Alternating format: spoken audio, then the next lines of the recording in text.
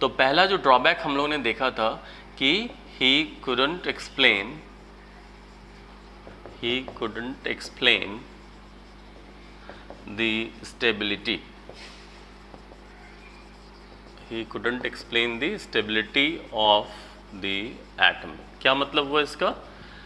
ये मतलब हुआ कि रदरफोर्ड एटम के स्टेबिलिटी को एक्सप्लेन नहीं कर पाए थे। ठीक है, तो ये पहला मेजर ड्रॉबैक था और इसके डिटेल को हम लोगों ने ऑलरेडी पिछले वीडियो में डिस्कस किया हुआ है। ठीक है, जस्ट मैंने एक रिपीट कर दिया उसको। जो सेकेंड ड्रॉबैक हम लोग देख सकते हैं इसमें वो ये कि जैसे कोई भी एक एटम मान लेते हैं, सपोज कुछ भी, जैसे सोडियम मान लेते हैं। ठीक है, अब सोडियम का एटॉमिक नंबर होता है 11। इसका मतलब क्या हुआ कि इसमें इलेक्ट्रॉन्स कितने हैं? 11। ठीक है, तो रदरफोर्ड ने अपने मॉडल में ये कहा कि किसी भी एटम में न्यूक्लियस सेंटर पे होगा, ठीक, और इलेक्ट्रॉन जो है वो उसके चारों तरफ एक सर्कुलर ऑर्बिट में घूमता रहेगा। ठीक है, सर्कुलर पाथ जो था उसी को ऑर्बिट कहते हैं, तो उसमें वो घूमता रहेगा। उन्होंने सिर्फ इतना ही कहा। अब ये बात निकल के आई कि जो अलग अलग एटम्स हैं डिफरेंट एलिमेंट्स के, उनका एटॉमिक नंबर अलग अलग है। अब जैसे सोडियम मैंने लिया, 11 एटॉमिक नंबर है, इसका मतलब 11 इलेक्ट्रॉन्स हैं इसके अंदर। तो ये जो 11 इलेक्ट्रॉन्स है वो न्यूक्लियस के अराउंड किस तरह से घूमेगा? कहने का मतलब जो सर्कुलर ऑर्बिट है, तो क्या एक ही सर्कुलर ऑर्बिट में 11 इलेक्ट्रॉन्स होंगे या अलग अलग सर्कुलर ऑर्बिट में डिफरेंट नंबर ऑफ इलेक्ट्रॉन्स होंगे? इक्वल डिस्ट्रीब्यूशन होगा या फिर अनइक्वल डिस्ट्रीब्यूशन होगा? अनइक्वल होगा तो कैसे होगा? तो कहने का मतलब ये सब सारा चीज़ कुछ भी उन्होंने रदरफोर्ड ने नहीं एक्सप्लेन किया। मतलब ये कि रदरफोर्ड इलेक्ट्रॉन्स के अरेंजमेंट को नहीं बता पाए, या उन्होंने नहीं बताया था कि डिफरेंट जो इलेक्ट्रॉन्स हैं वो एक एटम में किस तरह से अरेंज्ड होंगे, 2, 8 जैसे हम लोग अभी जानते हैं। तो उसके अरेंजमेंट के बारे में उन्होंने कुछ भी नहीं कहा। ठीक है, तो he did not give the arrangement of electrons in the atom। तो एक एटम में इलेक्ट्रॉन्स का जो अरेंजमेंट होता है वो नहीं वो एक्सप्लेन किए। ठीक है, तो एक ये भी कमी रह गई। और एक और हम लोग कह सकते हैं, जैसे इलेक्ट्रॉन्स मान लेते हैं, कोई भी एटम है, ठीक है, न्यूक्लियस है और इलेक्ट्रॉन्स उसके अराउंड रिवॉल्व कर रहे हैं। ठीक है, तो इलेक्ट्रॉन जैसे ये रिवॉल्व कर रहा है, मान लीजिए और भी इलेक्ट्रॉन्स हो सकता है जो इस पर रिवॉल्व कर रहा होगा, और भी कोई सर्कुलर पाथ होगा जिसमें इलेक्ट्रॉन्स रिवॉल्व कर रहा होगा। तो क्या इन दोनों इलेक्ट्रॉन का एनर्जी सेम होगा? इन तीनों का सेम होगा? या ये दोनों का इन तीनों के साथ सेम होगा? तो एनर्जी के बारे में हमें कुछ नहीं पता था उस वक्त। यानी कि रदरफोर्ड जो हैं अपने मॉडल में उन्होंने एनर्जी ऑफ इलेक्ट्रॉन के बारे में कुछ भी नहीं कहा। उन्होंने कुछ नहीं समझाया एनर्जी ऑफ इलेक्ट्रॉन के बारे में कि इलेक्ट्रॉन्स का जो एनर्जी है वो हम कैसे कैलकुलेट करेंगे या कैसे कंपेयर करेंगे। ठीक है, मतलब कि एक एटम के अंदर जो डिफरेंट इलेक्ट्रॉन्स हैं तो उन सारे इलेक्ट्रॉन्स का एनर्जी क्या सेम है या एनर्जी डिफरेंट है, या अगर सेम है तो क्यों है, डिफरेंट है तो क्यों है। इस तरह से कुछ भी मतलब उन्होंने इलेक्ट्रॉन्स के एनर्जी के बारे में नहीं कहा। ठीक है, तो हम लोग इसको ऐसे लिख सकते हैं, he didn't give any idea about the energy of the electrons। ठीक है, ठीक है। तो ऐसे तो हम लोग और भी बहुत सारा इसका ड्रॉबैक्स बता सकते हैं, और भी चीज़ें निकल के आ सकती हैं। ठीक है, मगर एक अगर मोटे तौर पे देखा जाए तो मेन जो ड्रॉबैक था रदरफोर्ड मॉडल का, वो सबसे मेन ड्रॉबैक ये था, पहला वाला। ठीक है, इसके अलावा ये भी, इसके अलावा ये भी है, इसके अलावा और भी हम लोग कुछ लिख सकते हैं, ठीक है, बट उसकी ज़रूरत नहीं है। ये 3 मेन अभी हम लोग फिलहाल अपने डिस्कशन में रखेंगे। तो ये था आपका ड्रॉबैक्स ऑफ रदरफोर्ड या लिमिटेशंस ऑफ रदरफोर्ड मॉडल, ठीक है। अब इसके बाद हम लोग एक दूसरे टॉपिक पे आ रहे हैं, वो है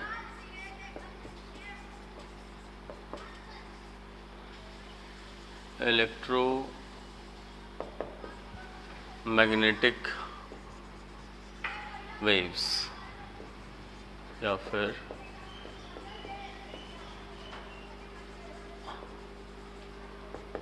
इलेक्ट्रोमैग्नेटिक रेडिएशंस, ठीक है। तो इलेक्ट्रोमैग्नेटिक वेव्स या इलेक्ट्रोमैग्नेटिक रेडिएशंस, ठीक है।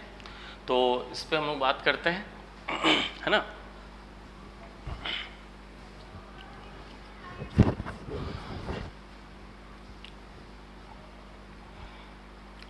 चलिए इसमें हम लोग जरा सा समझें। तो देखिए मैक्सवेल ने एक्चुअली इसमें क्या है, जरा सा इसको पहले हम लोग ब्रीफ अप कर लेते हैं। मैक्सवेल जो साइंटिस्ट हैं,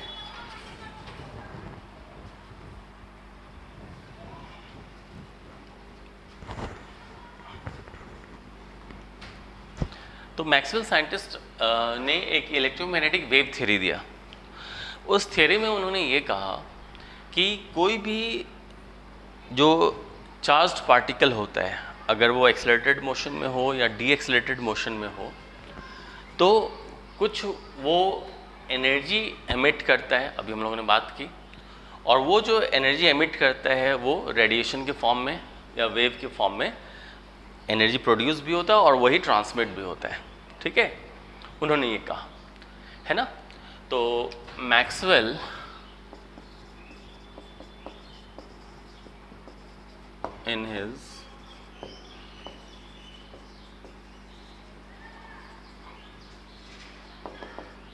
in his electromagnetic wave theory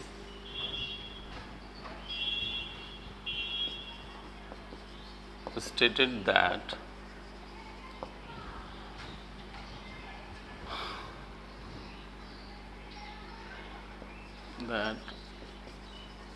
electrons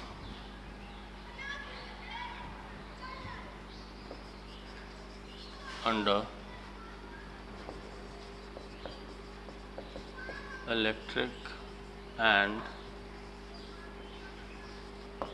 electrons under electric and magnetic field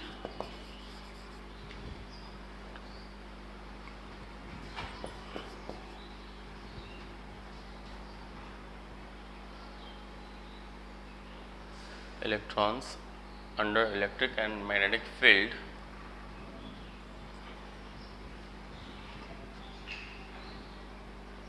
electrons in, इसको हम लोग यहाँ पे कर लें एक्सेलरेटेड मोशन, है ना। जब एक्सेलरेटेड मोशन में रहता है तब इलेक्ट्रिक और मैग्नेटिक फील्ड के प्रेजेंस में produces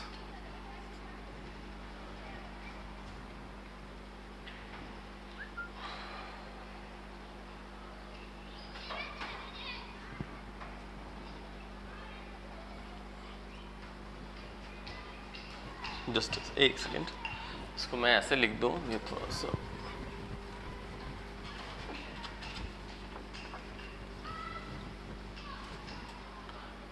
electrons under accelerated motion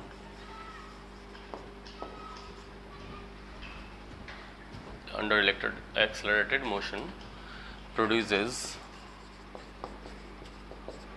electric field and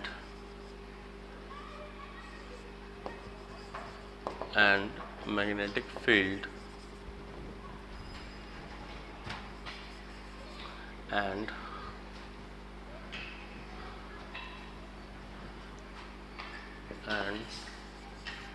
they transmit them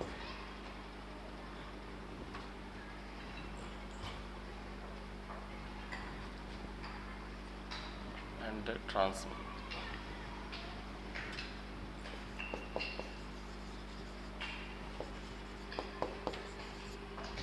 in the form of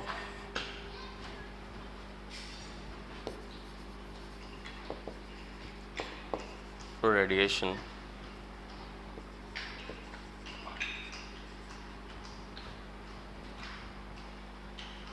of wave known as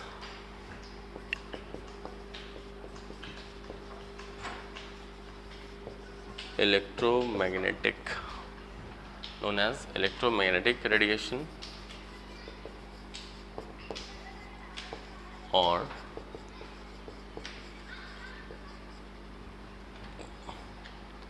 जो इलेक्ट्रोमैग्नेटिक रेडिएशन होता है उसको ना हम लोग शॉर्ट में ईएम रेडिएशन भी कहते हैं।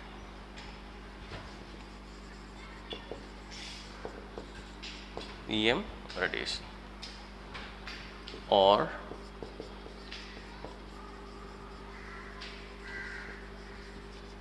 इलेक्ट्रोमैग्नेटिक वेव्स उसको हम लोग शॉर्ट में ईएम वेव्स कहते हैं। ठीक है, तो इलेक्ट्रोमैग्नेटिक वेव थ्योरी में जो मैक्सवेल हैं उन्होंने ये कहा कि एक्चुअली उन्होंने किसी भी चार्ज्ड पार्टिकल के लिए कहा था और इलेक्ट्रॉन भी चूँकि माइक्रोस्कोपिक चार्ज्ड पार्टिकल है तो उस पर भी ये चीज़ अप्लाई होता है। तो उन्होंने ये कहा कि इलेक्ट्रॉन जो कि माइक्रोस्कोपिक चार्ज्ड पार्टिकल है वो एक्सीलरेटेड मोशन में जब रहता है तो इलेक्ट्रिक फील्ड और मैग्नेटिक फील्ड प्रोड्यूस करता है। ठीक है, और उसको वो ट्रांसमिट भी करता है किस फॉर्म में, रेडिएशन या वेव के फॉर्म में। तो उसे हम लोग जो ट्रांसमिट वो करता है रेडिएशन उसको हम लोग इलेक्ट्रोमैग्नेटिक रेडिएशन या ईएम रेडिएशन कहते हैं। ठीक है, और जो वेव को वो उसी को वेव भी कह सकते हैं, तो इलेक्ट्रोमैग्नेटिक वेव या फिर ईएम वेव्स कहते हैं। ठीक है, तो ये जो डिफरेंट इस पे जरा सा हम लोग थोड़ा सा बात और अभी डिटेल में करेंगे इसको। ये जो ईएम रेडिएशन हम लोगों ने अभी बात की, ठीक है, उसका कुछ प्रॉपर्टीज़ उसको हम लोग अभी डिस्कस कर लेते हैं। तो यहाँ पे जो है अभी तक जो बात हुई है इस थ्योरी में उसमें क्या मतलब आप समझे कि इलेक्ट्रॉन्स, खास करके हम लोग बात कर रहे हैं इस पर, इलेक्ट्रॉन्स चूँकि चार्ज्ड होता है और जब वो एक्सेलरेटेड मोशन में होता है तो वो इलेक्ट्रिक फील्ड और मैग्नेटिक फील्ड प्रोड्यूस करता है। ठीक है, कैरेक्टरिस्टिक्स ऑफ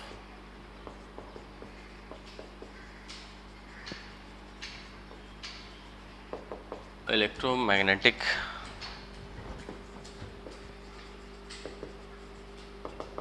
रेडिएशन या waves.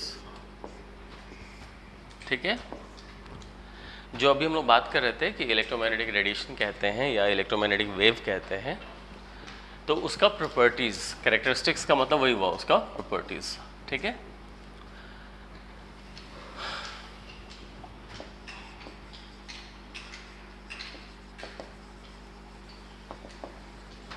the oscillating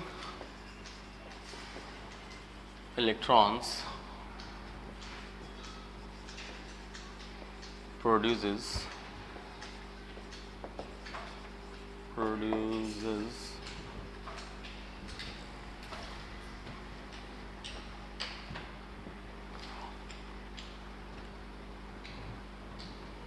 oscillating electric field and magnetic field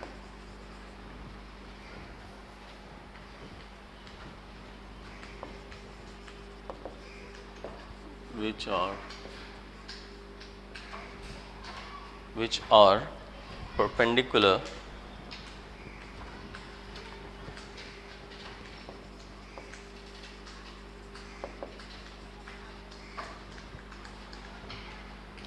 which are perpendicular to each other.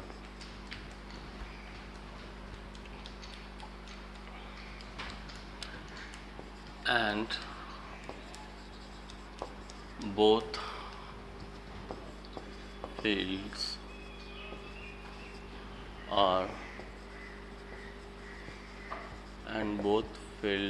are perpendicular to the direction of propagation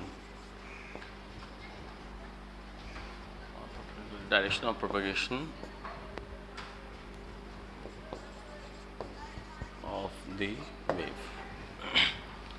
तो देखिए, पहला जो कैरेक्टरिस्टिक या प्रॉपर्टी है इलेक्ट्रोमैग्नेटिक रेडिएशन का या वेव का, वो ये कि जो ऑसिलेटिंग इलेक्ट्रॉन मैंने लिखा, ऑसिलेटिंग इलेक्ट्रॉन का क्या मतलब हुआ, वही चार्ज्ड बॉडी है और वो सर्कुलर मतलब मोशन में एक तरह से कह लीजिए, या एक्सेलरेटेड मोशन।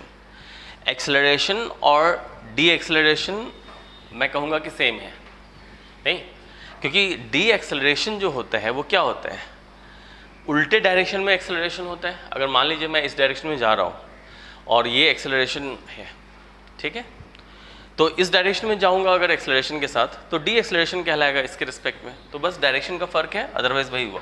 तो कहने का मतलब इलेक्ट्रॉन्स एक्सेलरेटेड मोशन में हो या डी एक्सेलरेटेड मोशन में हो, ठीक है, इलेक्ट्रॉन्स जो है वो एक्सेलरेटेड मोशन हो या वो डी एक्सेलरेटेड मोशन में हो, तो उसी को हम लोग कह रहे हैं ऑसिलेटिंग इलेक्ट्रॉन्स। तो ऑसिलेटिंग इलेक्ट्रॉन्स जो होता है, यानी वो जब एक्सेलरेटेड या डी एक्सेलरेटेड मोशन में होता है, तो वो इलेक्ट्रिक फील्ड और मैग्नेटिक फील्ड प्रोड्यूस करता है, और वो भी ऑसिलेटिंग होता है, मतलब वो भी मूव करता रहता है वेव के फॉर्म में, ठीक है। और वो दोनों फील्ड जो होते हैं, इलेक्ट्रिक फील्ड और मैग्नेटिक फील्ड, वो दोनों परपेंडिकुलर होते हैं 90 डिग्री पर, ठीक है, which are perpendicular to each other, एक दूसरे पे परपेंडिकुलर होते हैं।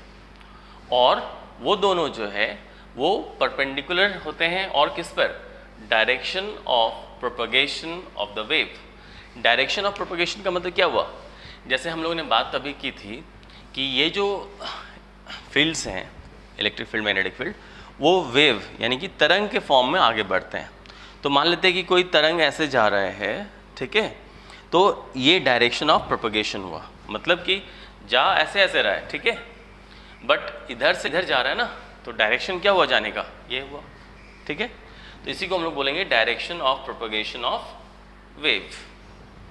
तो जो ऑसिलेटिंग इलेक्ट्रॉन्स होते हैं वो इलेक्ट्रिक फील्ड और मैग्नेटिक फील्ड दोनों प्रोड्यूस करते हैं, और दोनों 90 डिग्री पर होते हैं। जैसे कुछ इस तरह से समझ लीजिए, अगर मान लीजिए इलेक्ट्रिक फील्ड ऐसे है तो मैग्नेटिक फील्ड ऐसे, ये 90 डिग्री पर, ठीक है। और direction of propagation of wave, ये दोनों एक दूसरे पर तो परपेंडिकुलर है ही, ठीक है ना। इलेक्ट्रिक फील्ड और मैग्नेटिक फील्ड दोनों क्या है, एक दूसरे पे परपेंडिकुलर है, और वो दोनों फील्ड जो है वो डायरेक्शन ऑफ प्रोपगेशन जो है उस पर भी परपेंडिकुलर होगा। तो कहने का मतलब अगर ये मान लेते हैं डायरेक्शन ऑफ प्रोपगेशन है, ये उंगली मेरा ऐसे, ठीक, तो ये इलेक्ट्रिक फील्ड है जैसे, तो ये मैग्नेटिक फील्ड है, तो ये क्या हुआ, ये इस पर परपेंडिकुलर है या ये इस पर परपेंडिकुलर है, ये और ये परपेंडिकुलर हुआ, ये और ये परपेंडिकुलर हुआ। तो अगर ये तीन उंगली जो है मेरा, वो अगर तीन चीज़ शो कर रहा है, सपोज एक इलेक्ट्रिक फील्ड कर रहा है, एक मैग्नेटिक फील्ड कर रहा है, और एक वेव का डायरेक्शन शो कर रहा है, ठीक है, ये तीन चीज़ वो शो कर रहा है, तो ये तीनों जो है वो एक दूसरे पे परपेंडिकुलर होता है। ये क्या है, ये प्रॉपर्टी है किसका, इलेक्ट्रोमैग्नेटिक रेडिएशन का या इलेक्ट्रोमैग्नेटिक वेव का। तो कहने का मतलब जो इलेक्ट्रोमैग्नेटिक रेडिएशंस होते हैं उसमें इलेक्ट्रिक फील्ड, मैग्नेटिक फील्ड और जो डायरेक्शन ऑफ प्रोपगेशन है वो तीनों जो है वो एक दूसरे पे परपेंडिकुलर होता है, ठीक। इलेक्ट्रिक फील्ड और मैग्नेटिक फील्ड आपस में एक दूसरे पे परपेंडिकुलर होता है, और वो दोनों जो है वो डायरेक्शन ऑफ प्रोपगेशन पे परपेंडिकुलर होता है। तो यानी हम क्या कह सकते हैं कि तीनों एक दूसरे पे परपेंडिकुलर है। ठीक है, तो ये पहला प्रॉपर्टी हो गया आपका इलेक्ट्रोमैग्नेटिक रेडिएशन का या इलेक्ट्रोमैग्नेटिक वेव का। ठीक है, जो दूसरी बात है इस पे हम लोग और थोड़ा सा डिस्कस कर लेंगे बाद में। दूसरी बात यहाँ पे जो दूसरा जो मेन कैरेक्टरिस्टिक है इलेक्ट्रोमैग्नेटिक रेडिएशन का या वेव का, वो ये है कि दे डू नॉट रिक्वायर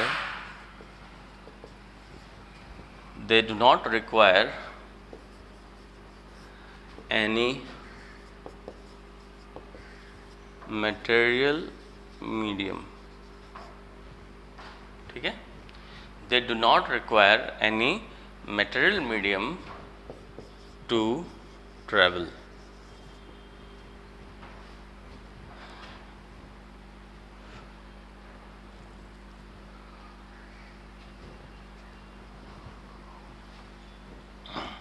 ठीक है, इसका क्या मतलब हुआ? They do not require any material medium to travel, यानी कि इस तरह के रेडिएशन या वेव को ट्रैवल करने के लिए, यानी एक जगह से दूसरी जगह जाने के लिए किसी मटेरियल मीडियम की ज़रूरत नहीं है। कोई मतलब पार्टिकल के मदद की ज़रूरत नहीं है, कोई पदार्थ की ज़रूरत नहीं है। ठीक है, वो जो है अगर कोई भी पदार्थ नहीं रहेगा, इसका मतलब क्या हुआ? वैक्यूम हो गया, मतलब एयर भी नहीं रहेगा तो क्या हो गया? वैक्यूम हो गया। तो ऐसे जो वेव्स होते हैं या रेडिएशन वो वैक्यूम में भी ट्रैवल करते हैं। ठीक है, अब जैसे आप लोगों ने कभी नाम सुना हो जैसे साउंड वेव, मैं कुछ बोल रहा हूँ तो मेरे सामने जो बैठे हैं वो सुन रहे हैं, कुछ सुन पा रहे हैं। ठीक है, तो वो क्यों? क्योंकि जो साउंड वेव निकल रहा है और हवा यहाँ पर है, तो हवा का एयर पार्टिकल्स भी है, उसके थ्रू वो साउंड वेव वहाँ पे जा रहा है। तो साउंड वेव को क्या है? एक मटेरियल मीडियम की ज़रूरत पड़ती है। उसी तरह से वाटर वेव्स, साउंड वेव्स, ये सब क्या है? ये सब उस तरह का वेव है जिसको मटेरियल मीडियम की आवश्यकता पड़ती है परिगमन करने के लिए, यानी कि एक जगह से दूसरी जगह पे जाने के लिए, है ना। क्योंकि जैसे अगर स्पेस में देखें, स्पेस में वैक्यूम है, ठीक, एयर भी नहीं है, तो वहाँ पे आवाज़ एक जगह से दूसरी जगह नहीं जा पाएगी। ठीक है, क्योंकि आवाज़ को, साउंड वेव को या आवाज़ को जो है वो जाने के लिए मटेरियल मीडियम की ज़रूरत है, तो वैक्यूम में ट्रैवल नहीं कर सकता, स्पेस में नहीं ट्रैवल कर सकता। ठीक है, लेकिन जो ये है आपका इलेक्ट्रोमैग्नेटिक वेव है, इसको किसी भी मटेरियल मीडियम की ज़रूरत नहीं है ट्रैवल करने के लिए। इसका मतलब स्पष्ट है कि ये वैक्यूम में भी ट्रैवल करेगा, है ना। तो so they travel even in vacuum. ठीक है, वो वैक्यूम में भी ट्रैवल कर सकते हैं या करते हैं। ठीक है, क्लियर है? चलिए, तो साउंड वेव जैसे मैंने अभी चर्चा किया, साउंड वेव का या वाटर वेव का, जिसको मटेरियल मीडियम चाहिए, तो यानी कि साउंड वेव या जो वाटर वेव है वो इलेक्ट्रोमैग्नेटिक रेडिएशन का एग्जाम्पल नहीं है ना, वो इलेक्ट्रोमैग्नेटिक वेव का एग्जाम्पल नहीं है। ठीक है, और जैसे लाइट हम लोग पढ़ते हैं, तो लाइट सूर्य से कैसे, सूर्य से रोशनी आती है, हमारे घर तक पहुंचती है। तो सूर्य और हमारे घर या पृथ्वी कह लें तो उसकी दूरी कितनी ज़्यादा है आप जानते हैं, बहुत ज़्यादा दूरी है। ठीक है, और सूर्य से जो, जैसे हमारा जो अर्थ है, ठीक है, अर्थ के कुछ किलोमीटर तक टोपोस्फेयर है, फिर कुछ किलोमीटर तक स्ट्रेटोस्फेयर है ना, फिर कुछ किलोमीटर तक आयनोस्फेयर है, एक्सोस्फेयर है, इस तरह से। तो कहने का मतलब अर्थ का वायुमंडल है। ठीक है, और वायुमंडल जो है वो कुछ सर्टेन किलोमीटर्स तक ही है वायुमंडल, अलग अलग, उसी में हम लोगों ने अलग अलग उसके कंपोजिशन के हिसाब से और एक लेयर वाइज बांट दिया है। ठीक है, जैसे कैसे होता है, एक अपार्टमेंट होता है और उसमें हम लोग जैसे ज़मीन जो है ग्राउंड फ्लोर हो गया, एक फर्स्ट फ्लोर हो गया, सेकंड फ्लोर, थर्ड फ्लोर, ऐसा करके होता है, उसके बाद कोई फ्लोर नहीं।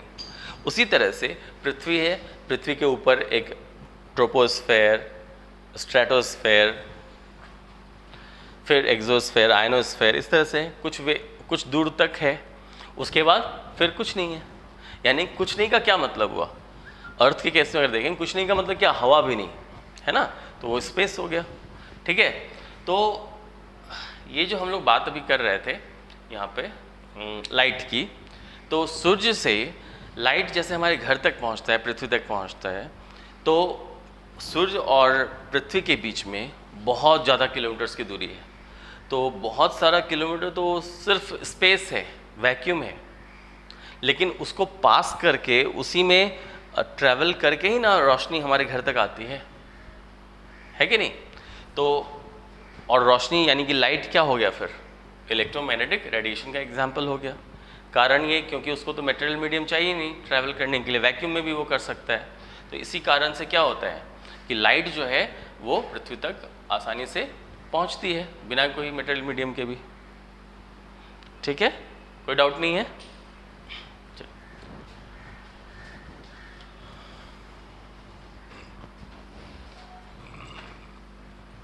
तो एक ये तो बात हो ही गई। इसके अलावा और भी हम लोग कर सकते हैं। अब जैसे देखिए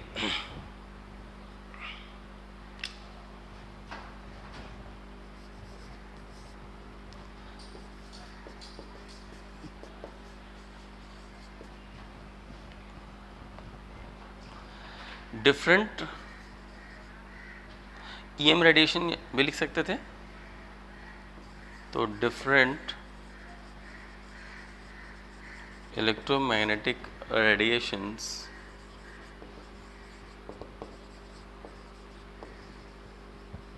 और वेव्स, ठीक है,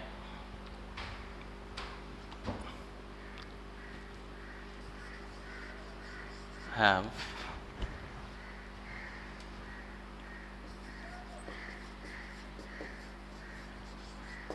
different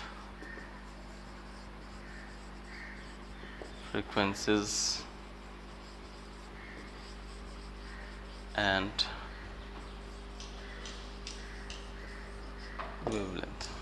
ठीक है, तो जो अलग अलग इलेक्ट्रोमैग्नेटिक रेडिएशंस होते हैं उन सब का वेवलेंथ या फ्रीक्वेंसी सेम होगा ऐसा बिल्कुल नहीं है ना। अलग अलग बहुत सारे इलेक्ट्रोमैग्नेटिक रेडिएशंस हैं जो अभी मैं बताऊंगा, अभी चर्चा भी होगी उस पर।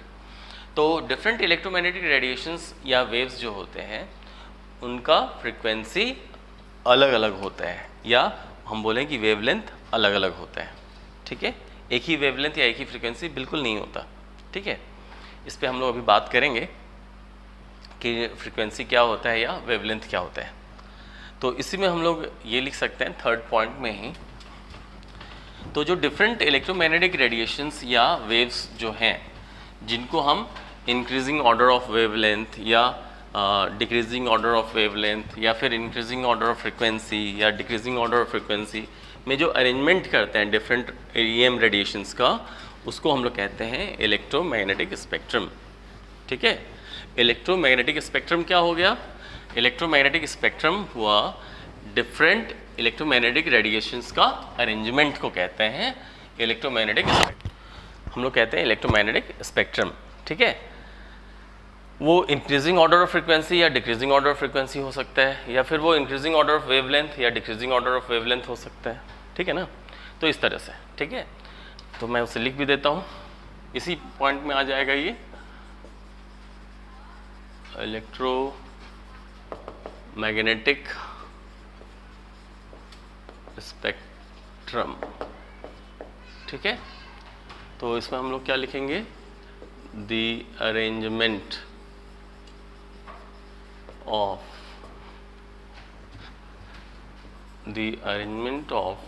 डिफरेंट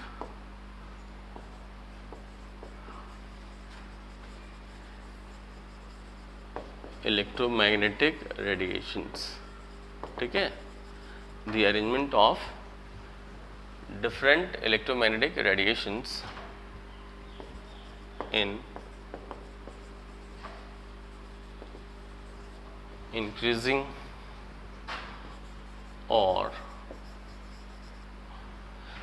तो हम लोग ऐसे लिख सकते हैं the arrangement of different electromagnetic radiations in increasing or, इसको ऐसे कर दें तो ज़्यादा बेटर होगा, in increasing order of their wavelength or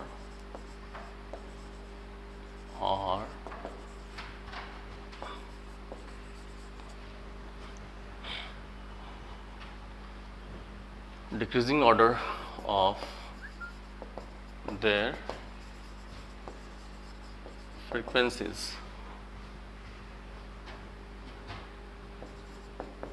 is known as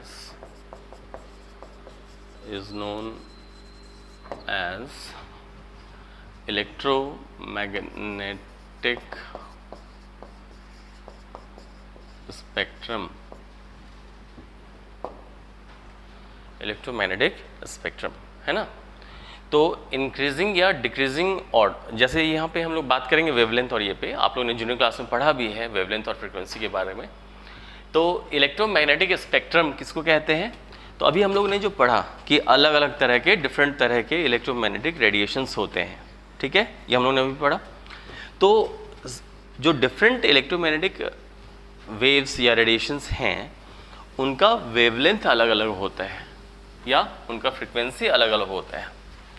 तो जो डिफरेंट रेडिएशंस है, ईएम रेडिएशंस, उसको जो हम लोग अरेंज करते हैं किस हिसाब से, उसको जो हम लोग अरेंज करते हैं इंक्रीजिंग ऑर्डर ऑफ वेवलेंथ के वैल्यू के हिसाब से या फिर डिक्रीजिंग ऑर्डर ऑफ फ्रीक्वेंसी के हिसाब से जो हम अरेंज करते हैं वो डिफरेंट इलेक्ट्रोमैग्नेटिक रेडिएशंस को, तो उस अरेंजमेंट को हम लोग कहते हैं इलेक्ट्रोमैग्नेटिक स्पेक्ट्रम, ठीक है।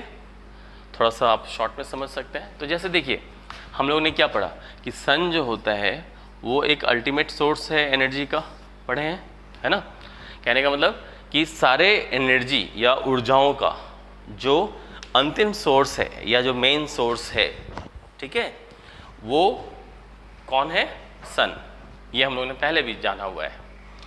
तो सन से जो डिफरेंट इलेक्ट्रोमैग्नेटिक रेडिएशंस निकलता है, ईएम रेडिएशन मैं लिख दे रहा हूँ यहाँ पे, ईएम रेडिएशंस, है ना, या वेव्स भी कह सकते हैं। तो सन से जो डिफरेंट इलेक्ट्रोमैग्नेटिक रेडिएशन या वेव्स निकलता है वो कौन कौन से है? तो देखिए इसको आप ऐसे याद रख सकते हैं, C G X U V I M R, ठीक है। C G X U V I M R, C G X U V I M R. C से होता है कॉस्मिक रेज, है ना, कॉस्मिक रेज। जी से होता है गामा रेज, एक्स से एक्स रेज, यू से अल्ट्रा वायलेट रेज, ठीक है, अल्ट्रा वायलेट रेज। वी से होता है विजिबल, वी से क्या होता है? विजिबल, यानी जो रेज ईएम रेडिएशंस हम देख सकते हैं। और आपको याद होगा विजिबल जो हम लोग देख सकते हैं वो आप लोगों ने पढ़ा है 7, है ना, 1 2 3 4 5 6 7, ठीक है। वो क्या पढ़ा था आप लोगों ने? विबग्योर।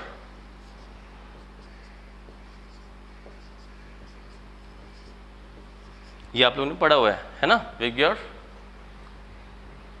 ये सातों हम लोग देख सकते हैं, विजिबल है, इसलिए इसको विजिबल के अंदर रखा जाता है। और ये सब इनविजिबल है, हम नहीं देख सकते, ये सब इनविजिबल है, हम नहीं देख सकते, ठीक है ना। तो ये विबग्योर हो गया, विजिबल। और फिर ये जो है आई से हो गया इंफ्रा रेड रेज, एम से होता है माइक्रोवेव्स, ठीक है, एम से क्या? माइक्रोवेव्स। और आर से होता है रेडियो वेव्स, ठीक है। Cosmic, gamma, X ray, ultraviolet, visible, infrared, microwaves, radio waves, ये सब जो है वो सन से निकलते हैं ना। सन जो है अल्टीमेट सोर्स ऑफ एनर्जी है, उसी से ये सारे रेडिएशंस भी बाहर निकलते हैं, ठीक है। तो अब यहाँ पे क्या देखते हैं कि जब हम लोग लेफ़्ट से राइट की ओर जाते हैं, ऐसे जाएंगे लेफ़्ट से राइट की ओर, दैट मीन्स कॉस्मिक रेज से रेडियो वेव्स की तरफ जब जाएंगे तो हम लोग क्या देखते हैं कि इधर से इधर जाने पे वेवलेंथ बढ़ता जाता है, वेवलेंथ इंक्रीजेस, ठीक है, वेवलेंथ बढ़ता जाता है, ऐसे क्या है, ठीक। और जब हम लोग इधर से इधर जाते हैं तो फ्रीक्वेंसी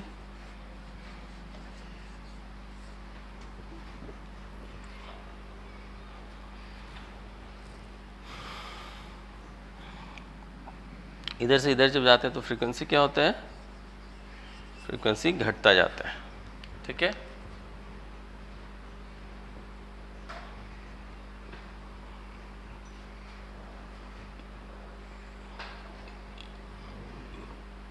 सन से EM रेडिएशंस, ये डिफरेंट EM रेडिएशंस, ये वेवलेंथ इस ऑर्डर में जा रहे हैं तो इंक्रीज कर रहे हैं और फ्रीक्वेंसी डिक्रीज कर रहे हैं, ठीक है।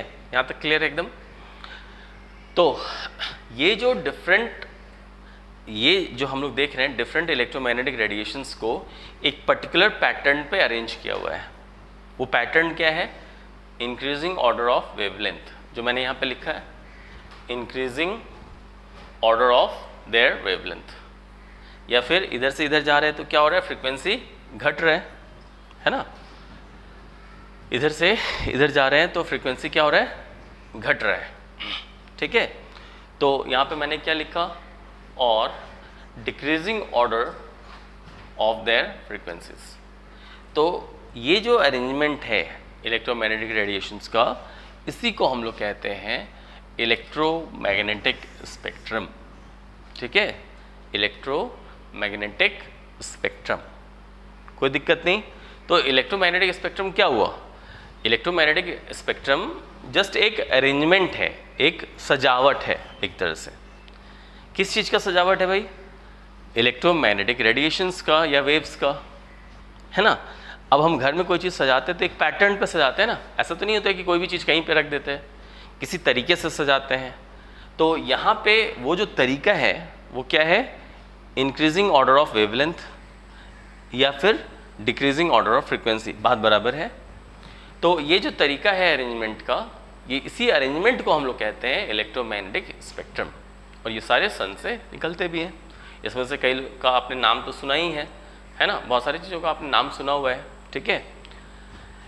तो अब अगर हम लोग इलेक्ट्रोमैग्नेटिक स्पेक्ट्रम को थोड़ा सा ध्यान से देखेंगे तो यहाँ पे अगर बताना हो मुझे कि सबसे कम वेवलेंथ किस इलेक्ट्रोमैग्नेटिक रेडिएशन का है, सबसे कम वेवलेंथ, तो वेवलेंथ सबसे कम इसका है, कॉस्मिक का, क्योंकि इधर जा रहे हैं तो बढ़ रहा है। सबसे कम इसका है, सबसे ज़्यादा किसका है, रेडियो वेव्स का है, ठीक है। अगर हम, मैंने पहले ही बताया, ये जो विजिबल पोर्शन है जिसको हम देख सकते हैं वो सिर्फ ये है, ठीक है, ये है विजिबल पोर्शन। इसके इधर और उधर हम लोग देख नहीं सकते हैं, ठीक है। विजिबल में हम लोग साथ ही कलर्स को देख सकते हैं, जिसे विबग्योर कहते हैं, फुल फॉर्म आप जानते भी हैं, violet, indigo, blue, green, yellow, orange, red, visible, ठीक है। मतलब ये जो विजिबल में विबग्योर है तो violet, indigo, blue, green, yellow, orange, red, ये 7 डिफरेंट कलर्स हैं, ओके। अब यहाँ पे हम लोग अगर इसकी जैसे अभी स्टडी कर रहे हैं तो अगर हम लोग सिर्फ विजिबल की बात करें, विजिबल में आप क्या देख रहे हैं, वेवलेंथ बढ़ रहा है, ऐसे जाते हैं तो दैट मीन्स वॉयलेट का वेवलेंथ सबसे कम होगा, रेड का वेवलेंथ सबसे ज़्यादा होता है, ठीक है। फ्रीक्वेंसी के हिसाब से देखें अगर, तो फ्रीक्वेंसी इलेक्ट्रोमैग्नेटिक रेडिएशन में अगर देखेंगे तो कॉस्मिक रेज जो है उसका फ्रीक्वेंसी सबसे कम है, मतलब उसका सॉरी फ्रीक्वेंसी इधर तो डिक्रीज कर रहा है ना, तो फ्रीक्वेंसी सबसे ज़्यादा किसका है, कॉस्मिक रेज का। और ऐसे जा रहे हैं तो देखिए क्या हो रहा है, फ्रीक्वेंसी घट रहा है, दैट मीन्स कम होता जा रहा है, और इधर मिनिमम हो गया। तो रेडियो वेव्स का जो फ्रीक्वेंसी होता है वो सबसे कम होता है, ठीक है। कॉस्मिक रेज का फ्रीक्वेंसी सबसे ज़्यादा और रेडियो वेव्स का फ्रीक्वेंसी सबसे कम, ठीक। विजिबल में अगर आ जाए, ये है विजिबल, तो वॉयलेट का फ्रीक्वेंसी सबसे ज़्यादा होगा और इधर घट रहा है, तो रेड का फ्रीक्वेंसी सबसे कम है, ठीक है। किसी भी विजिबल को आप आराम से कंपेयर कर सकते हैं। अगर मैं पूछूं ब्लू और ग्रीन में, तो इसका फ्रीक्वेंसी ज़्यादा है और ग्रीन का कम हो जाएगा। इंडिगो और ऑरेंज में इसका फ्रीक्वेंसी कम है, इसका फ्रीक्वेंसी ज़्यादा है। तो ये आपको ध्यान रखना है और ये बहुत काम भी आना है आपके, ठीक है। यहाँ पे जो हम ये देखते हैं, अभी हम लोग बात करेंगे इस पर इंडिविजुअली थोड़ा, तो ठीक है बच्चों, यहाँ तक इलेक्ट्रोमैग्नेटिक स्पेक्ट्रम आप समझ चुके हैं क्या होता है और उसमें कौन कौन से हैं, कैसे इंक्रीजिंग या डिक्रीजिंग ऑर्डर ऑफ वेवलेंथ या फ्रीक्वेंसी है, वो भी मैंने आपको यहाँ पे क्लियरली समझा दिया है। आप इसे थोड़ा याद रखेंगे ऑर्डर को, वो आपके काम भी आएगा आगे चल के, ठीक है। चलिए,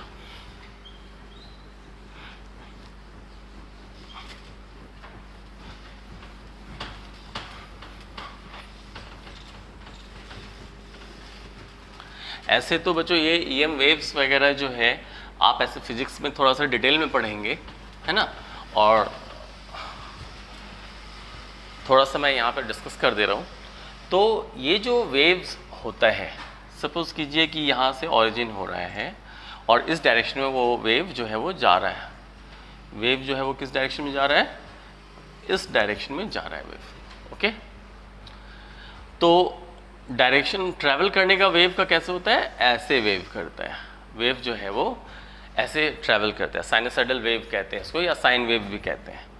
तो ये एक वेव कंप्लीट हो गया, फिर ये जो है वो दूसरा वेव कंप्लीट हो गया, है ना, इस तरह से।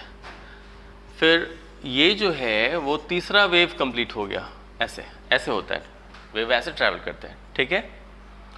तो ये जो मैंने बताया अभी आपको, ये डायरेक्शन ऑफ प्रोपगेशन है, यानी इस डायरेक्शन में वेव जा रहा है और जाता कैसे है, इस तरह से, ठीक है।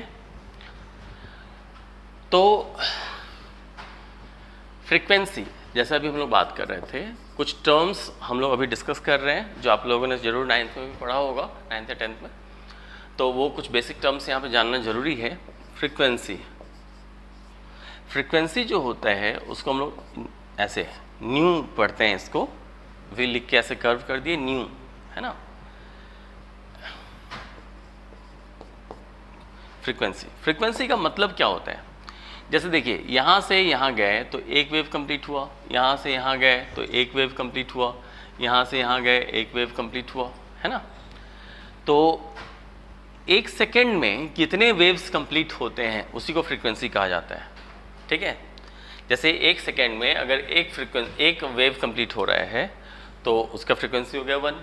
अगर एक सेकेंड में 3 वेव कंप्लीट हो रहा है तो फ्रीक्वेंसी हो गया 3, इस तरह से, ठीक है। तो number of waves completed in 1 second, ठीक है। तो number of waves completed in 1 second is known as frequency of the frequency of the wave, ठीक है। एक सेकेंड में कितना वेव कंप्लीट होता है उसी को हम लोग फ्रीक्वेंसी कहते हैं, उस वेव का, ठीक है बच्चों, है ना। तो यहाँ पर जैसे फ्रीक्वेंसी, ये जो है SI यूनिट जब हम यहाँ पे देखेंगे तो उसको हम लोग हर्ट्ज कहते हैं, साइंटिस्ट के नाम पे है हर्ट्ज, ठीक है। और हर्ट्ज को ही शॉर्ट में हम लोग ऐसे लिखते हैं HZ, है ना। तो तो मान लीजिए किसी का फ्रीक्वेंसी जो है वो लिखा हुआ है 2 हर्ट्ज, ठीक है। तो जो इसी को हम लोग सेकेंड इनवर्स भी लिख सकते हैं, 2 हर्ट्ज लिखें या 2 सेकेंड इनवर्स, एक ही बात है। तो इसका क्या मतलब हुआ, इसका ये मतलब होगा कि इन 1 सेकेंड, 1 सेकेंड में 2 वेव्स कंप्लीट हो रहे हैं। इन 1 सेकेंड, 2 बार मैंने लिख दिया, इन 1 सेकेंड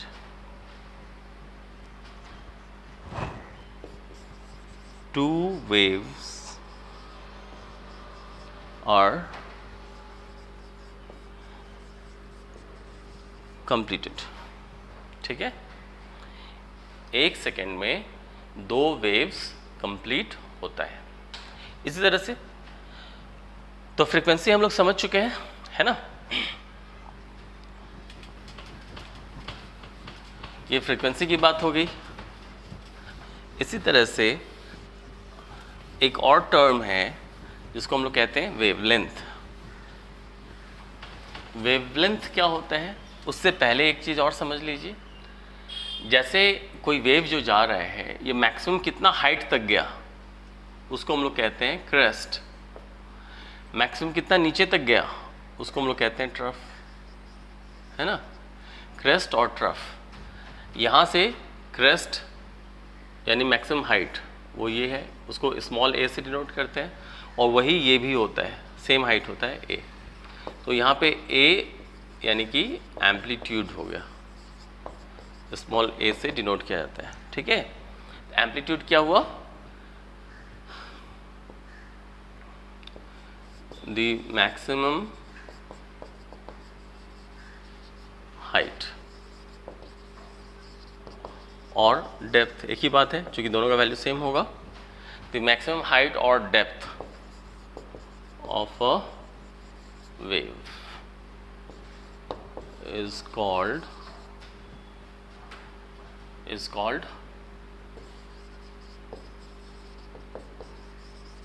एम्पलीट्यूड, ठीक है।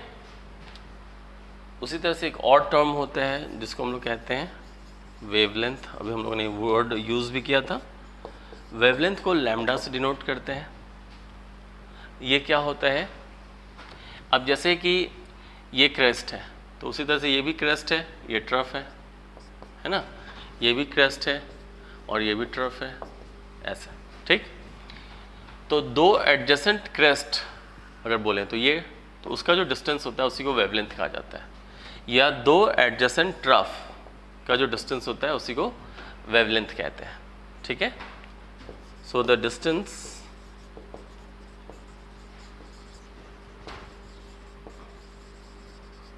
between the 2 adjacent मतलब अगल बगल वाला, the distance between the 2 adjacent crests या फिर troughs, the distance between the 2 adjacent crests or troughs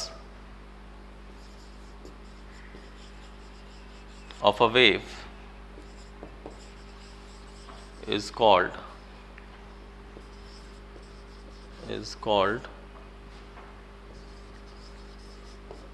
wavelength। उसी को हम लोग क्या कहते हैं, वेवलेंथ, ठीक है। तो वेवलेंथ मेजर करने का अलग अलग तरीका है, ठीक है ना। वेवलेंथ को मेजर करने का अलग अलग यूनिट होता है, जैसे हम लोग डिस्टेंस को मेजर करते हैं वैसे ही, ठीक है। तो यहाँ पे हम लोगों ने क्या देखा, वेवलेंथ क्या हो गया, 2 एडजेसेंट क्रेस्ट या 2 एडजेसेंट ट्रफ के बीच के डिस्टेंस को हम लोग क्या कहते हैं,